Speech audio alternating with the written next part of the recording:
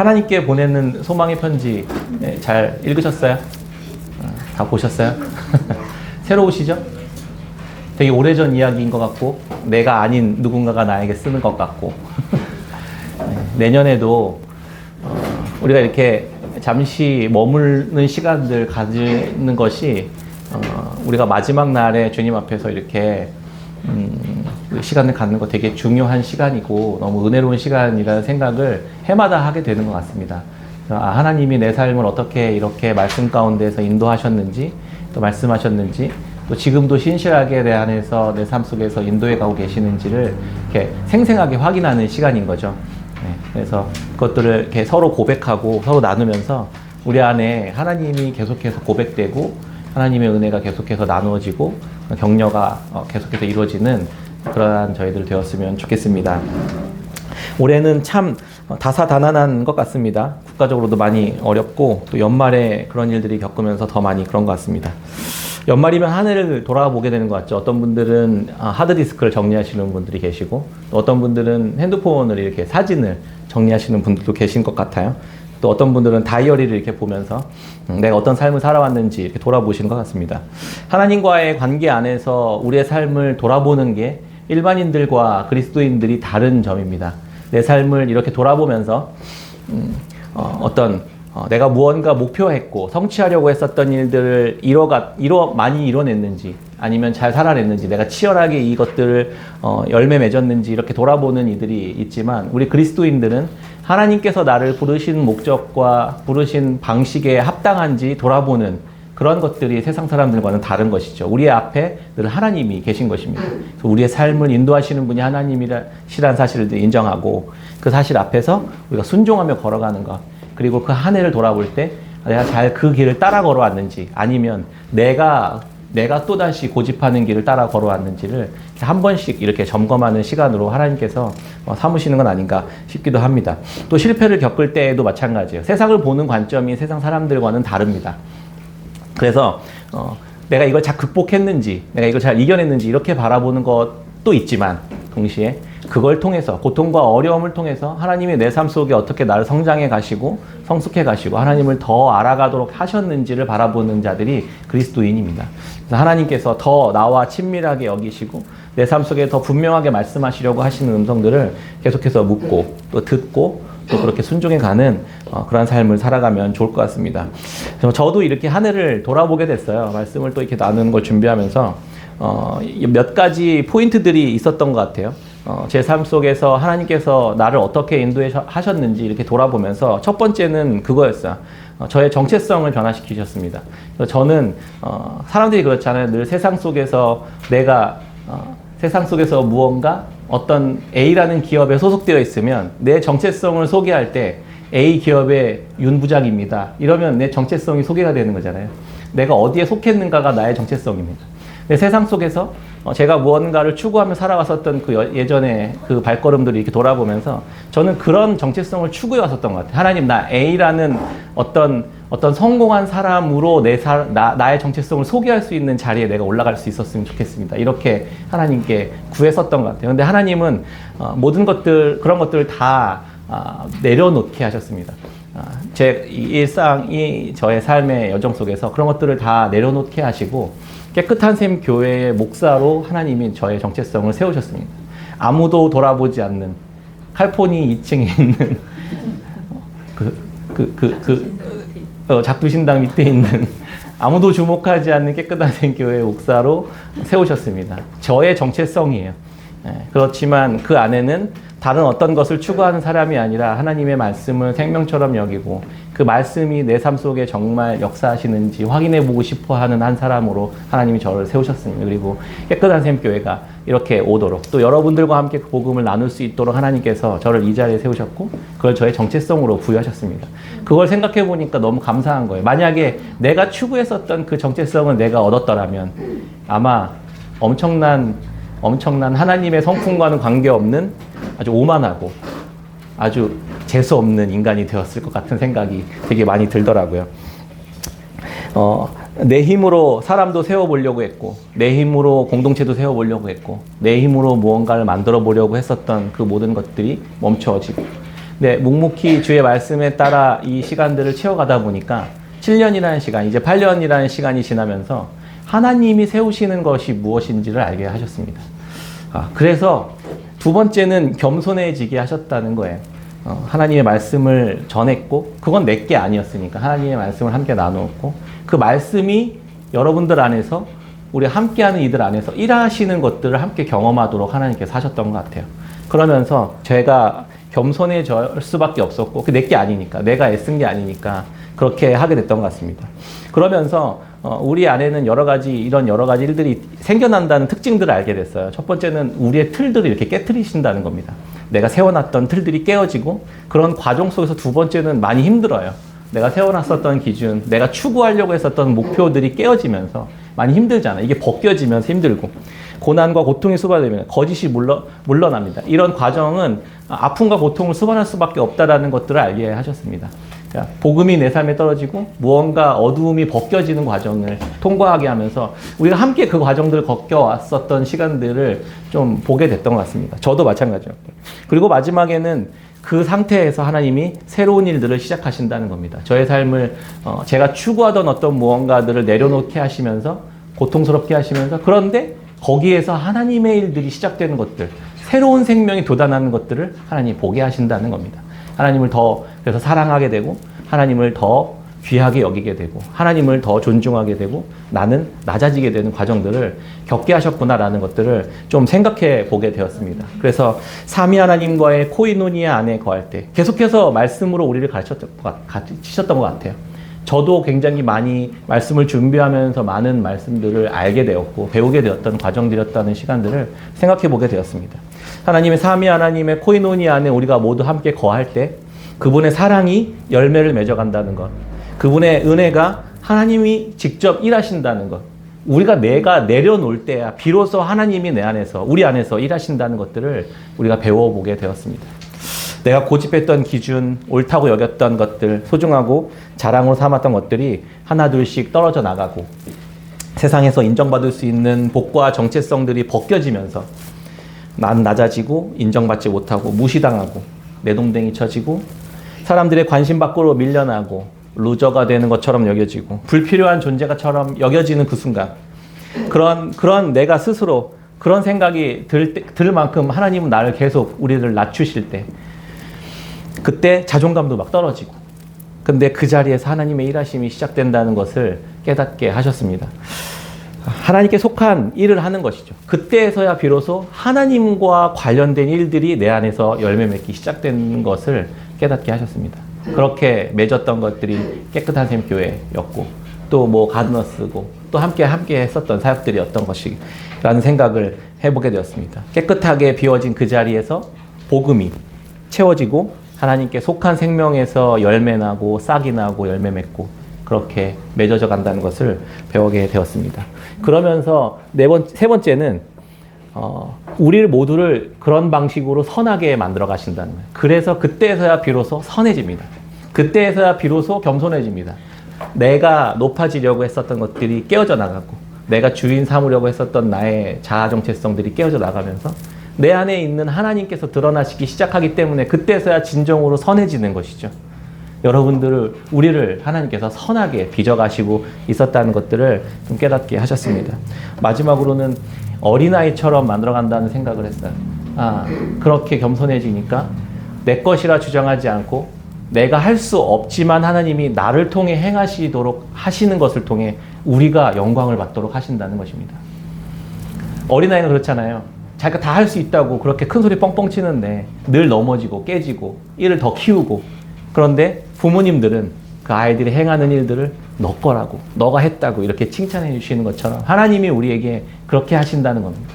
너가 그렇게 내 말에 순종하고 너가 너의 능력으로 해냈다고 격려해 주시고 또 말씀하시는 그런 모습들을 보게 되는 것 같습니다. 오늘 요한서신의 말씀을 통해 계속해서 말씀하시는 것들, 묵상하면 묵상할수록 주님이 여러분과 우리들, 저의 모습을 함께 보시면서 기뻐하신다는 것들을 깨닫게 되었습니다. 기뻐하신다. 하나님이 말씀을 따라 때로는 고통스럽고 때로는 아플 수도 있지만 그 과정들을 밟아가면서 우리를 선하게 하시고 우리를 온전하게 하시고 우리를 온유하게 하시면서 그 안에서 하나님의 일들을 여러분들 안에서 행하도록 하시는 것들 결과를 드러내시면서 기뻐하시는 것을 봅니다. 근데 그 우리 게 아니잖아요.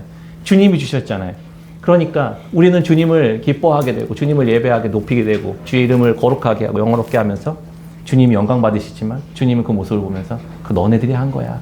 이렇게 우리에게 축복해 주시는 것 같은, 기뻐하시는 것 같은 생각들을 좀 해보게 되었습니다.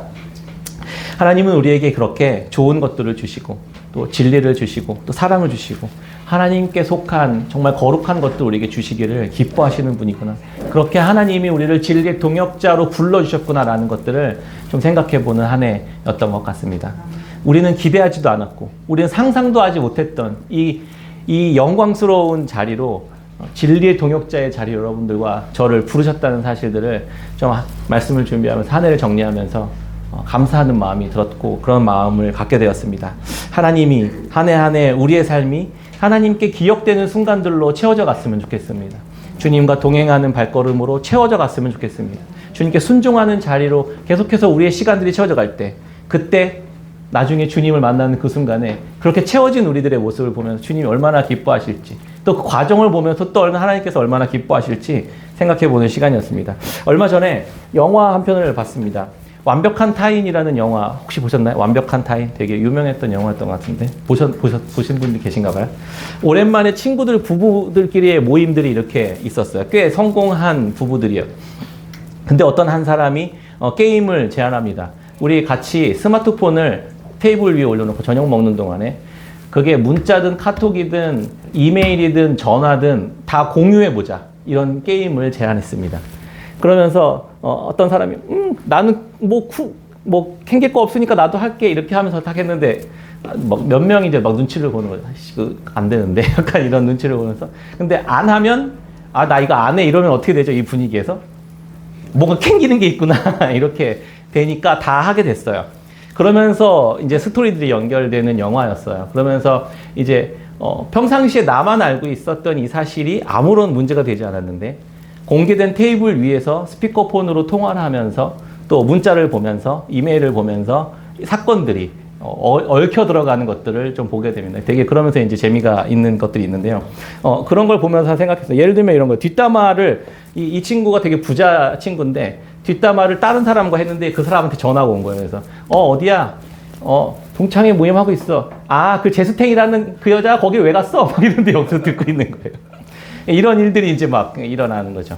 그래서 나만 알고 있었던 그런 일들이 공개된 테이블 위에서 오픈되었을 때 어떤 일들이 일어날지 좀 생각해 보게 됐습니다. 만약에 정말 내 삶의, 여러분들의 모든 삶의 비밀들이 우리 모든 사람들 앞에 공개된다면 정말 자유로울 수 있으시겠습니까? 목사님이 뭔가 숨기시는 게 있나 보다. 전 안 합니다. 저 같으면. 전 안 할 것 같아요. 그렇게 생각하지 마시고 영화를 보면서 교회에서 이 게임을 하면 교회가 붕괴되겠다. 그런 생각을 했습니다. 이러면 안 되겠다. 그래서 생각해 봤습니다. 영화를 보면서 아니면 이럴 수도 있겠죠. 더 신뢰하게 될 수 있게 되겠죠. 아닌가요? 그럴 일은 없겠다. 약간 이런 표정이신 것 같은데. 더 붕괴될까요? 관계가? 아니면 우리가 더 돈독해질까요? 내가 알지 못했는데 이 사람이 내가 칭찬하고 있었어. 이 사람을 막 내가 자랑하고 있었는데 막 왔는데 그분! 막 그렇게 존경한다는 그분! 막 이러면 또 돈독해지겠죠? 부부끼리도 핸드폰을 잠궈 놓는 게 에티켓이 된 시대가 되었습니다. 저희는 잠궈 놓는데 번호는 알아요. 그래서 아무리 가까운 사람끼리라도 아무리 가까운 사람들끼리라도 일거수일투족을 모두가 다 진짜 100% 다 알게 된다면 어떻게 될까요? 피곤하기도 하고 정말 근데 오해도 많이 생길 것 같고 또 불편해지는 일들이 일어나게 될지도 모르겠다는 생각을 해보게 됐습니다. 핸드폰은 우리 삶에 이제 스마트폰은 블랙박스와 같습니다. 그래서 내 삶의 모든 비밀을 나보다 더 많이 알고 있는 게 스마트폰이에요. 그래서 검색창에 했던 기록들, 지난 밤에 여러분들이 몇 시까지 유튜브를 봤는지 검색 기록을 한번 열어볼까요? 열어볼까요? 그러면 어떻게 되는지 친구들과 대화하면서 주고받았던 그 카톡 내용들, 지난 시간 동안 내가 보냈던 시간, 내가 쇼핑하면서 검색했었던 것들, 내가 카드 결제했던 내용들, 내가 이동했던 내가 갔던 곳들, 이렇게 하면 나라는 사람이 특정됩니다. 그래서 아마 이걸 다 공개하면 아마 서로가 깜짝 놀라게 될 수도 있을 것 같습니다. 스마트폰은 나와 뗄래야 뗄 수 없는 관계로 지내고 있고, 나의 신체의 일부인 것처럼 아니면 그 이상으로 나와 밀접한 관계를 갖고 있습니다. 스마트폰은 나의 모든 정보를 다 가지고 있어요. 그래서 사진을 열어보면 내가 누구와 함께 무엇을 했는지, 어디에 있는지 이런 정보들이 다 나옵니다. 여러 가지 정보를 조합하면 나를 특정할 수 있는 거죠. 예를 들면 뭐 간석동에 살고 자녀가 셋이고 목사고 알라딘 서점 주로 이용하고 누구누구와 같이 만나고 어디서 밥을 먹었고 카드 내역 하면 나라는 사람이 특정되는 거예요. 근데 이게 나중에는 신원 인증으로도 사용된다고 합니다. 이 스마트폰이. 이 사람을, 그래서 이 스마트폰으로 하다가 다른 사람이 이 스마트폰을 사용하잖아요. 그럼 잠기는 거예요, 자동으로. 근데 왜 평상시에 내 행동 패턴이랑 전혀 다르거든요. 그럼 자동으로 잠기게 되는 이런 신원인증 프로그램으로도 쓰인다고 하더라고요. 예전에 선교사님께서 나누셨던 이야기도 생각나요. 공항에서 이렇게 검색을 하는데 오해가 생겨 정체가 불투명 사람으로 오해를 받았다고 했잖아요. 그래서 조사를 받았는데 스마트폰, 저는 선교사, IT 선교사입니다 이러면서 몇 년도부터 있었던 IT에서의 사진들을 쫙 보여주니까 그때 오해가 풀렸다 이렇게 있었잖아요. 그러니까 나라는 사람을 증명해 주는 게 스마트폰이죠. 이 스마트폰을 여기다가 올려놓았을 때, 그냥 나만 알고 있었던 게 아니라 모든 사람의 그 특정된 나의 정보들을 공개했을 때는 또 조금 다른 이야기들이 될 수 있는 것이죠. 내 스마트폰이 모든 사람들이 있는 자리에서 이렇게 밝혀지는 순간이 오면 어떻게 될까요? 내가 무엇을 했는지 관계없이 내가 어떻게 살았는지가 드러나게 될 것입니다. 내가 사람들 앞에서 스마트폰을 열기 전에 했었던 말과 스마트폰 안에 들어있는 정보의 내용이 일치할까요? 여러분들은 정말 일치하십니까? 자신 없을 것 같아요. 저도 아마 제 걸 공개하면 성도님들이 한 명도 안 남는 거 아닌가. 하나님 앞에서 주님 제가 말과 행동을 일치시키며 살아가는 목사가 되게 해주십시오. 이렇게 기도하게 됐던 것 같습니다. 요한서신 요한 이 3서의 말씀을 제가 왜 이런 이야기를 하냐. 이 3서의 말씀을 묵상하면서 이 요한 3서의 이야기가 지금 테이블 위에 올려져 있는 스마트폰들처럼 느껴졌습니다. 가이오, 사도 요한, 데메드리오, 디오드레베 같은 사람들의 이야기가 나와요. 그리고 그 사람들이 평소에 어떻게 살았는지에 대한 이야기가 나옵니다. 사도 요한은 가이오 공동체, 가이오와 그 공동체에는 가이오의 리더십을 따라서 순회 전도자를 극진히 대접하는 삶을 살았다고 순회 전도자들이 요한에게 와서 보고를 해줘요. 그래서 이 사람들이 가이오와 그 공동체가 어떻게 살았는지를 낱낱이 사도 요한에게 보고해 줍니다. 그리고 그 소식을 듣고 사도 요한은 편지를 보내는 것이죠. 내가 그 소식을 들었다 이렇게. 그러니까 그의 삶을 알았고 나도 그의 삶에 대해서 알고 있습니다. 그러면서 디오드레베나 또 다른 사람들의 이야기까지 다 나오거든요. 복음 전도자들의 이야기가 들려요. 복음 전도자들은 어떻게 살았는지에 대한 이야기도 들립니다. 복음 전도자들은 예수님께서 자신에게 은혜로 거저 주신 그 복음을 거저 나누면서 실제로 살았습니다. 예전에 과거에 그 로마 시대의 철학자들은 그 순회를 하면서 그 철학, 그 새로운 신철학들에 대한 이야기를 나누면서 사람들에게 돈을 받으며 다녔거든요. 근데 복음 전도자들은 예수 그리스도를 아는 사람들은요, 예수님이 나에게 어떻게 그 복음의 생명의 은혜를, 생명의 진리의 말씀을 거저 주셨는지를 알기 때문에 그대로 삶 속에서 거저 주는 삶을 살았어요. 그러니까 이들의 삶은 궁핍할 수밖에 없었던 것이죠. 그래서 가이오 공동체에는 이런 순회 전도자들을 극진히 대접했던 겁니다. 그러니까 순회 전도자들은 진리의 말씀이 훼손되지 않기 위해서 자기가 뱉었던 말에 합당한 삶으로 무료로 도움을 받지 않고 그렇게 순회 전도를 했던 거예요. 그리고 그렇게 살았다는 사실을 사도 요한이 여기에 들었던 겁니다. 또 그런 순회 전도자들을 가이오 공동체는 섬겼다. 극진히 섬겼다는 소식을 또 들었던 겁니다. 그러니까 이들의 삶이 낱낱이 드러난 거죠. 내가 전하는 복음의 메시지가 내 유익을 위하는 것처럼 보이면 복음이 훼손될까봐 복음 전도자들은 그렇게 살지 않았다는 겁니다. 그의 삶에 아무도 보지 않는 그곳에서 사람들은 그들의 모습을 보면서 그들의 삶이 그들의 메시지와 그들이 생각하는 삶과 행동이 일치했다는 걸 보여줬다고요. 증명해 줬습니다. 또 한 사람 데메드리오라는 사람도 진리의 동역자로 참여했다는 사실을 알게 됩니다. 요한 3서 1장 12절 말씀입니다. 같이 읽겠습니다. 요한 3서 1장 12절입니다. 시작. 데메드리오는 뭇 사람에게도 진리에게서도 증거를 받았음에 우리도 증언하노니 너는 우리의 증언이 참된 줄을 아느니라. 아멘. 데메드리오라는 사람도 우리가 한 번도 이야기를 들어본 적이 없는 정말 무명의 사람이지만 이 사람도 진리의 동역자로 참여했었다는 사실들을 이야기해 줍니다. 이렇게 증언해 주는 거예요. 그런데 한편 그거에 반대되는 일을 했던 사람이 있습니다. 디오드레베라는 사람인데요. 이 사람은 또 다른 공동체의 지도자였던 걸로 보여요. 교회 공동체 지도자인 디오드레베는 으뜸되기를 좋아했다라고 합니다. 이 사람의 특징이에요. 으뜸되기를 좋아했다. 나중에 다음 주에 이걸 조금 더 구체적으로 이야기를 함께 나눌 텐데요. 이 사람은 굉장히 자기중심적이었던 사람입니다. 그래서 악한 말로 사도와 복음 전도를 하는 사람들을 엄청 비방했습니다. 그러니까 저건 쓸데없는 짓이야. 저렇게 하는 것은 관계가 없고 이렇게 비난하고 비방하고 그리고 권위에 대항했어요. 그리고 진리의 말씀을 거부한 거죠. 예수 그리스도께서 육체로 오심을 거부하는 그런 일들을 했다는 것입니다. 디오드레베라는 사람이. 그 복음을 전하는 복음 전도자도 핍박하고 내쫓고 그런 복음 전도자들을 수용해 주려고 했었던 교회 성도들까지 내쫓아 버렸던 사람이 바로 디오드레베라는 사람이에요. 이 소식을 사도 요한도 들었다는 겁니다.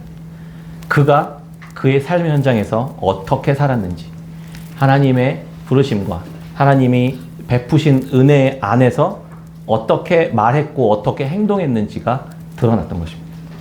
사도 요한, 가이오, 데메드리오는 진리 안에 거하면서 사랑으로 섬기는데 동참한 사람들이었습니다. 반대로 디오드레베라는 사람은 진리의 말씀을 거꾸로 거부하고 사랑으로 협력하며 진리의 복음으로 하나 되는 것을 거부했던 사람이었던 것입니다. 요한 3서의 편지들은 모두가 행해왔던 삶 속에 선택과 그의 삶의 모습들이 다 공개되는 현장처럼 제 눈에는 보였던 겁니다. 복음 전도자들이 가이오와 데메드리오가 진리 안에서 사랑하는 삶을 함께 살았던 것들을 증언해 주었고 사도 요한은 이 사실을 듣고 함께 기뻐했습니다. 왜요? 함께 진리 안에 있었고 진리에 따라 행동했다는 것을 확인했기 때문에. 데메드리오는 진리를, 디오드레베는 진리의 말씀을 거부했고 교회 공동체에서 자신의 왕국을 세우려 했습니다. 자기의 왕국을 세우려고 진리를 거부했습니다. 교회 안에서요. 이것은 곧 진리이신 그리스도와 그 아들을 보내신 하나님의 사랑을 거절하는 것과 같습니다. 데메드리오는 어떻게 되었을까요? 어떻게 되었다는 이야기는 성경에 없습니다.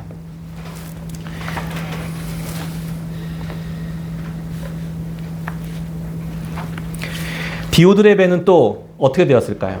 어떻게 되었다는 소식은 없습니다. 이게 요한 3서가 끝이에요. 그런데 한 가지 힌트가 있습니다. 사도가 그들을 방문할 것이라는 이야기를 해요. 내가 방문하게 되면 가만두지 않을 거다. 이렇게 말합니다. 사도 요한 꽤 무서운 분이었던 것 같아요.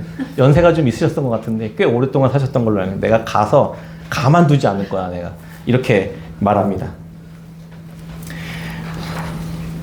사도 요한이 디오드레베에게 찾아가서 무슨 일이 벌어질까요? 아직 요한이 이 사실을 알게 되었다는 사실을 모르는지 아니면 알고도 계속 거부하고 있었는지 그건 잘 모르겠습니다. 그러나 사도 요한이 그를 만나게 되는 순간 그는 아마도 파면당할 가능성이 되게 큽니다. 그러나 지금은 아직 기회가 남아있는 것처럼 보이지 않습니까? 아직 기회가 있었습니다. 아직 방문하지 않았잖아요. 이 편지를 받아 듣고 소식만 지금 전했어요. 편지만 다시 보냈습니다. 가이오에게. 아직 사도 요한은 가지 않았다고요. 그러면 아직 기회는 남아있는 겁니다. 드러내지 않으시고 근데 드러내긴 드러내셨는데 다 드러내지 않으시고 아직 기회를 주신 겁니다. 많이 생각나지 않으십니까? 예수님이 이 땅에 오셔서 우리의 모든 것들을 드러내셨습니다.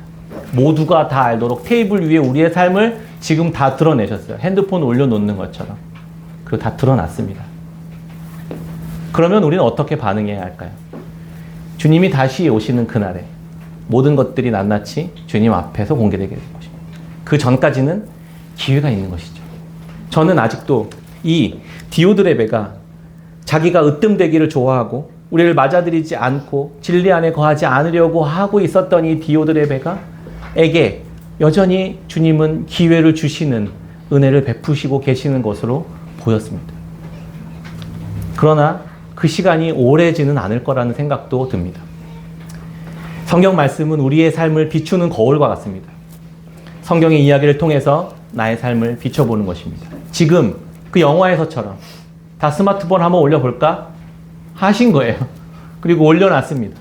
그리고 드러났습니다. 내가 꼭 감추고 싶었던 것들, 내가 드러내선 안 되는 것들 주님 앞에 드러나게 되었습니다.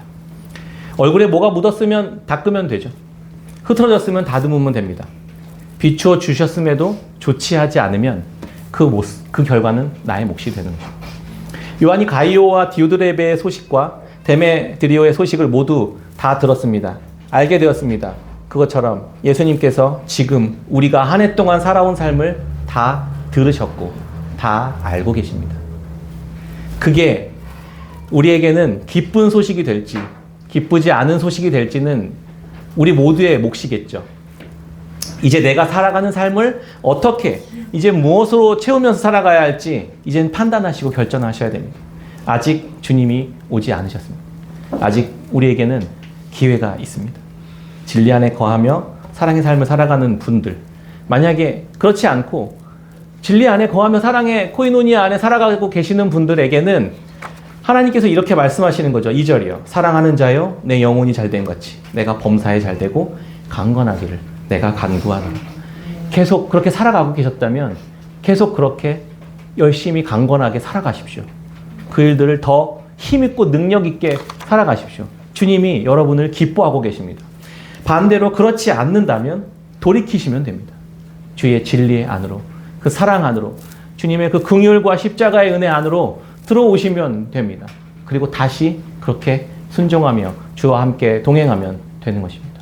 우리를 그렇게 부르셨습니다. 한 해를 마무리하며 하나님께서는 이렇게 우리에게 말씀하십니다. 11절입니다. 사랑하는 자여 악한 것을 본받지 말고 선한 것을 본받으라. 선을 행하는 자는 하나님께 속하고 악을 행하는 자는 하나님을 배웁지 못하였느니라. 아멘. 선을 행하십시오.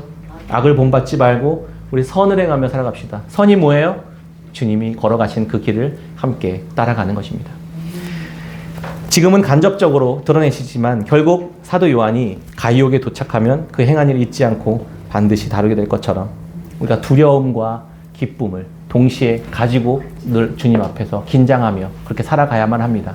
주님이 우리에게 주신 은혜에 늘 감사하며 주님 말씀에 순종하고 또 동시에 또 때로는 내 삶이 드러나면 안 돼야 될 것들 같이 있다면 주의 복음 앞으로 나아가 주님께서 다루시도록, 주님께서 새롭게 하시도록 주님께 내어드리고 다시 거룩한 삶으로 주님 앞에 나아가는 저와 여러분들 되었으면 좋겠습니다. 말씀을 맺습니다. IT에서 소식이 왔습니다. 편지가 왔습니다. 카톡방에 제가 그 텍스트 공유해드렸고요. 뒤에 출력을 한부 해놨습니다. 필요하신 분들은 보시면 좋을 것 같습니다. IT에서 소식을 들었죠. IT에 있는 소식을 우리가 알게 되었습니다. 우리의 소식도 IT도 알게 되었습니다. 그러면 어떻게 행동해야 될까요? 그에 따라 행동하겠죠. 우리가 함께 그것들에 대해서 고민했으면 좋겠습니다. IT도 제가 이야기 들어보니까 2번의 총리가 교체되면서 또 여전히 어려운 가운데 빨려 들어갔습니다. 갱단들이 장악해서 길거리엔 시체들이 여전히 널브러져 있고 밖을 일상생활을 할 수 없을 만큼 돌아다닐 수 없는 그런 치안 공백의 상태, 우리와 비교할 수 없을 만큼 어려운 상황 속에 여전히 놓여 있습니다. 우리도 마찬가지죠. 우리도 비슷한 상황 속에 놓여서 함께 그것들을 공유했습니다. 세상 그 어디에도 안전한 곳이 없고 의지할 사람이 없이 고립되고 낙심되고 소망의 빛이 꺼져가는 상황 속에 있습니다. 이렇게 고백하시더라고요. 그게 현실입니다. 그렇지만 이렇게 마지막으로 고백했습니다. 그렇지만 의지할 분은 하나님 한 분밖에 없다는 사실을 고백합니다. 의지할 분은 하나님 한 분밖에 없다는 사실을 고백합니다. 성경의 인물들이 늘 걸어갔던 그 길을, 알 수 없는 길을, 바다 가운데서도 길을 내셨던 분, 그 하나님이 여전히 살아계시고 여전히 지금도 다스리고 계신다는 사실들을 우리로 하여금 알게 하셨습니다. 하나님은 길을 내시고 그리고 그때 시작하십니다. 하나님께 간구하고 하나님께 엎드리는 자들을 통해 그들의 마음속에서 시작하신다고 우리가 그 사람들이 되었으면 좋겠습니다. 저는 놀랬던 게 하나 더 있어요. 선교사님께서 늘 거기에서 이제 그렇게 깽단들에 의해 부모를 잃은 아이들을 거두셔서 고아들을 돌보고 절망에 빠져있는 사람들을 위로하고 격려하며 그렇게 복음과 소망의 씨앗을 계속해서 그들과 함께 뿌리고 여전히 예배하고 있다는 사실들을 우리로 하여금 알게 해주셨습니다. 상황에 잠식되는 게 아니라 멀리 보고 하나님의 섭리와 계획 속에서 눈물로 오늘도 묵묵히 주님 앞에서 씨를 뿌리고 계신 그 선교사님이 이렇게 고백합니다. 지금까지는 한국교회, 교회 성도들이 우리를 도와줬던 것들, 저희들 도와줬던 것들에 너무 많은 기대를 하고 있었던 것을 하나님이 알게 하셨습니다. 이제는 저희가 돕겠습니다. 이렇게 말씀하시는 거예요. 누가 누구를 도와요, 지금. 거기는 아무 생활 필수품도 구할 수 없는 곳에서 거꾸로 저희가 한국교회를 도우라고 하나님께서 마음을 주셨습니다. 이렇게 고백하시는 거예요.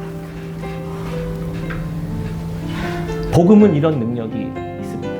그곳에서의 상황, 그곳에서의 어려움, 그렇지만 그곳에서 하나님이 행하고 계신 일들을 저희들에게 알려드리겠다고 그렇게 우리에게 고백해 주셨습니다.